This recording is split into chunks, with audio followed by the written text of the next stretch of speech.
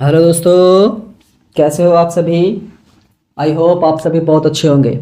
तो दोस्तों, हम लोग अभी तक के अपने काव्यखंड में 2 चैप्टर के वस्तुनिष्ठ प्रश्नों को देखे हैं। अगर आप लोग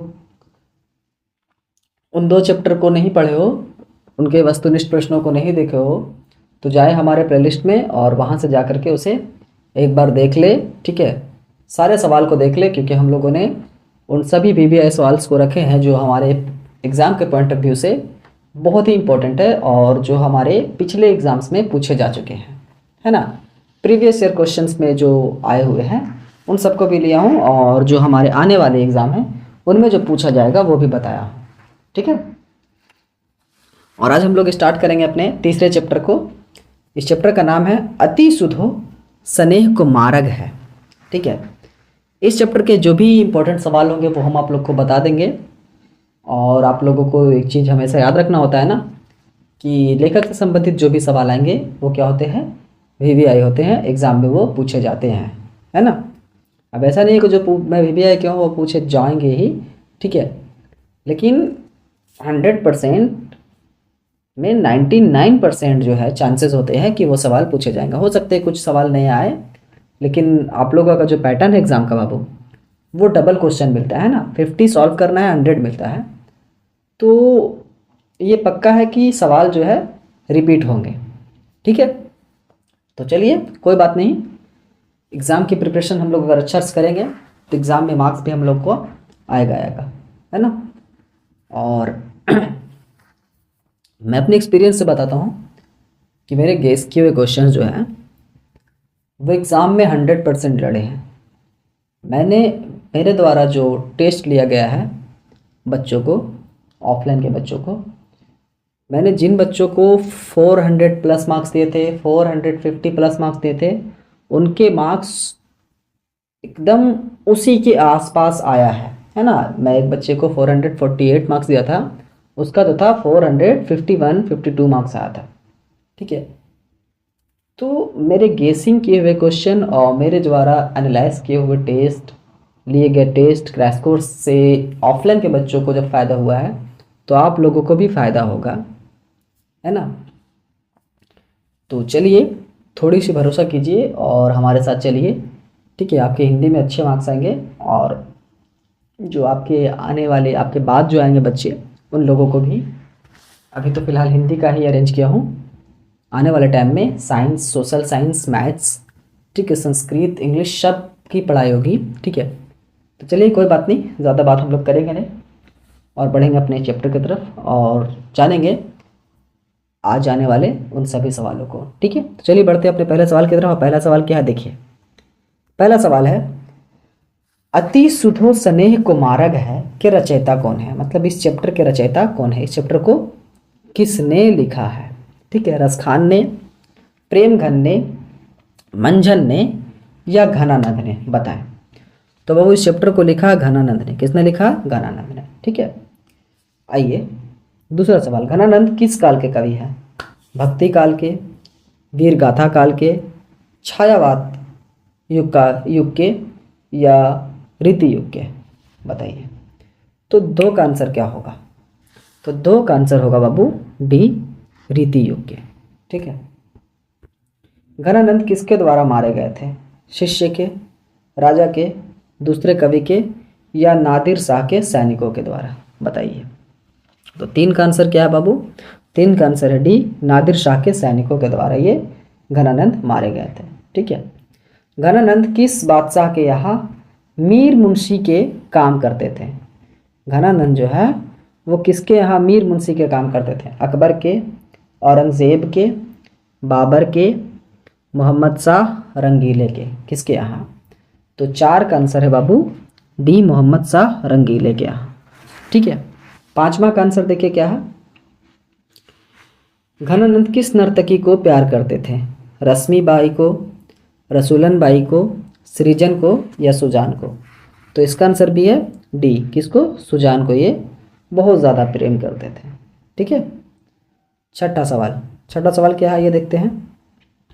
घनानंद किस भाषा के कवि थे, प्राकृत के, पाली के, ब्रज भाषा के या अवधी के। तो बाबू घनानंद जो थे वो ब्रज भाषा के कवि थे। ठीक है। 7वां सवाल है, घनानंद का दूसरा पद किसे संबोधित है? सुजान को, भगवान को, बादल को, या इनमें से कोई नहीं। तो 7 का आंसर क्या है? सॉरी, 7 का आंसर क्या है बाबू? तो 7 का आंसर भी सी है, बादल को। किसे संबोधित करते हैं? बादल को। 8वां सवाल, घनानंद ने जीवनदायक किसे कहा है? सुजान को, ईश्वर को, या बादल को? बताएं। तो बादल को इन्होंने कहा है। ठीक है। कवि घनानंद ने किस मार्ग को सबसे सरल कहा है? प्रेम मार्ग को, साधना के मार्ग को, कर्म पंथ को, या ज्ञान मार्ग को? बाबू बताइए। तो प्रेम के मार्ग को इन्होंने सबसे सरल कहा है। ठीक है। घनानंद ने विरक्त होने पर स्थायी रूप से कहाँ निवास किया था? हरिद्वार में, अयोध्या में, काशी में, या वृंदावन में? बताएं। 10वां का आंसर क्या होगा? तो 10वां का आंसर होगा डी। 10वां का आंसर क्या होगा? डी। वृंदावन में इन्होंने निवास करा था। ठीक है। 11, घनानंद किससे प्रेम करते थे बाबू? कलावती नामक नर्तकी से, रेशमा नामक नर्तकी से, सुजान नामक नर्तकी से, या सलमा नामक नर्तकी से? नर्तकी मतलब के डांसर। ठीक है। तो सुजान नामक नर्तकी से ये बहुत अधिक प्रेम करते थे और उनके लिए ये शेर व शायरी लिखा करते थे। ठीक है। और उनके नाम पे इन्होंने बहुत से काव्य भी लिखे हैं। ठीक है। 11 का समझ में आ गया। 12वां सवाल, घनानंद की महत्वपूर्ण रचना है सुधा, वैराग्य, या सुजान सागर, या इनमें सभी?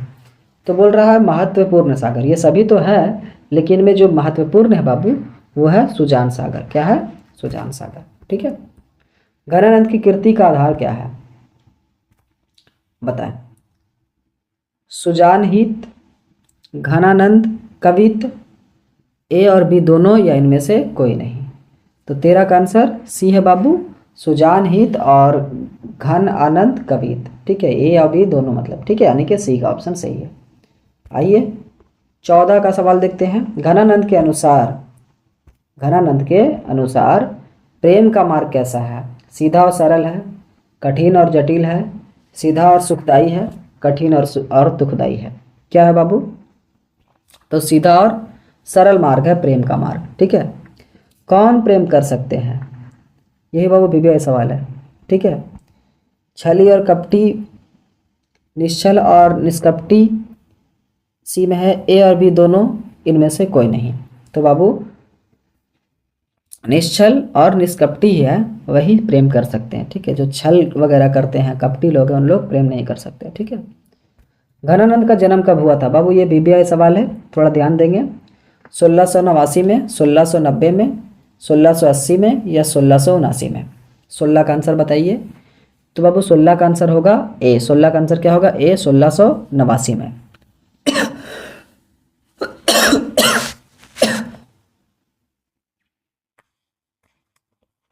ठीक है। 17 का, घनानंद की मृत्यु कब हुई थी बाबू? 1737 ईस्वी में, 1739 ईस्वी में, 1741 ईस्वी में, या 1743 ईस्वी में बाबू? तो 1741 ईस्वी में इनकी मृत्यु हो गई थी। ठीक है। सॉरी, इनकी जो मृत्यु हुई थी बाबू वो 1779 ईस्वी में हुई थी। कब हुई थी? 1779 ईस्वी में। ठीक है। आइए 18 का, रीति मुक्त काव्यधारा के सिरमौर कवि कौन है? रीति मुक्त काव्यधारा के सिरमौर कवि कौन है? प्रेमधन है, घनानंद है, रसखान है, या कबीर है? 18 का आंसर भी होगा घनानंद। ठीक है। 19 का, प्रेम के पीर की कवि, प्रेम की पीर का कवि किन्हें कहा गया है? रसखान को, प्रेमघन को, मंजन को, या घनानंद को? 19 का आंसर डी होगा बाबू, घनानंद को प्रेम का पीर कवि कहा गया। ठीक है। सुजान सागर के रचनाकार कौन है? सुजान सागर के रचनाकार कौन है? रसखान, गुरु नानक, प्रेमघन, या घनानंद? बताओ। तो इसका आंसर है घनानंद। ठीक है। 21 का सवाल, विरह लीला रचित है रसखान द्वारा, घनानंद द्वारा, सूरदास द्वारा, या मीराबाई द्वारा? तो बाबू घनानंद द्वारा लिखा गया है। 22 का सवाल, घनानंद अपने आंसुओं को कहाँ पहुँचाना चाहते हैं? भी आई बाबू, सब्जेक्ट से सब्जेक्टिव बेस सवाल को पूछा, ठीक है। समाज में, बादल के पास, वृंदावन में, सुजान के आंगन में। तो बाबू ये अपने आंसुओं को सुजान के आंगन में पहुंचाना चाहते हैं और बादल से बोलते हैं कि भाई मेरी आंसुओं को तुम एकत्रित कर लो और उसके आंगन में जा कर के बरस जाना, ठीक है। तो ये बादल को से बात करते हैं, ठीक है, कविता के माध्यम से, ठीक है। 23 का सवाल क्या होगा? परहित के लिए देह धारण कौन करता है? राजा, साधु, बादल या पशु? बताएं। तो परहित के लिए जो देह धारण करता है वो बादल करता है। कौन करता है? बादल। 24 का सवाल, प्राजन्य का पर्याय क्या है? प्राजन्य का पर्याय क्या है? बताएंगे। प्राजन्य का पर्याय क्या है? 24वां सवाल है ना। दूसरा व्यक्ति, परोपकार, बादल या इनमें से कोई नहीं। तो प्राजन्य का पर्याय है बादल, ठीक है। 25 का सवाल, सरसों का हिंदी मानक शब्द है? सरस, सरसों का पौधा, या रस बरसाओ, या सरकना। ये भी आई सवाल है बाबू। सरसों का हिंदी मानक शब्द है रस बरसाओ। क्या होता है? रस बरसाओ। नेकू का आधुनिक मानक रूप क्या है? आधुनिक मानक रूप, अच्छा, तनिक भी, कुछ नहीं, या सबसे सुंदर। 26 का आंसर क्या होगा? तो बी होगा, तनिक भी। क्या? तनिक भी। 27 का, लाक्षणिक मूर्तिमता और प्रयोग वैच्य के कवि कौन है? घनानंद, सूरदास, बिहारी या तुलसीदास? तो घनानंद, ठीक है। 28वां सवाल देखो, मो औसवानी ही लय बरसाओ में किसकी बात कही गई है? प्रेम वेदना की, विरह वेदना की, ए और बी दोनों की, या इनमें से कोई नहीं।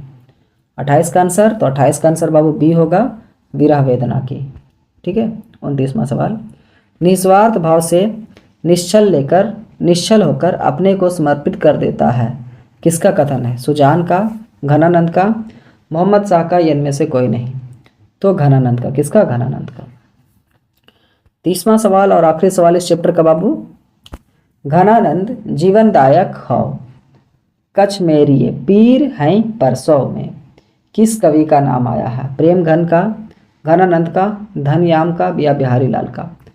भी बच्चा, तो घनानंद का नाम आया। किसका आया है? घनानंद का, ठीक है। तो ये थी हमारी आज की तीसरे चैप्टर अति सुधो स्नेह के मार्ग के सभी वस्तुनिष्ठ प्रश्न जो इम्पोर्टेंट है, एग्ज़ाम में आने वाले हैं और जो एग्ज़ाम में पूछे जा चुके हैं, जो रिपीट होने के भी चांसेस है, उसे भी हम लोगों ने इसमें करा है ना। और अगर आप लोग इसके पिछले चैप्टर नहीं देख रहे तो जाए वहाँ पर देख लें, ठीक है। तो चलिए, और इसे याद रखने के लिए सिंपल सी उपाय है बाबू, रिवाइज करते रहें। और रिवाइज का सबसे अच्छा उपाय है दोस्तों में डिस्कस करें, ठीक है। तो लंबे समय तक सवाल जवाब याद रहेंगे, ठीक है। चलिए आज के चैप्टर यहीं पे समाप्त करते हैं। Thank you so much. जय हिंद।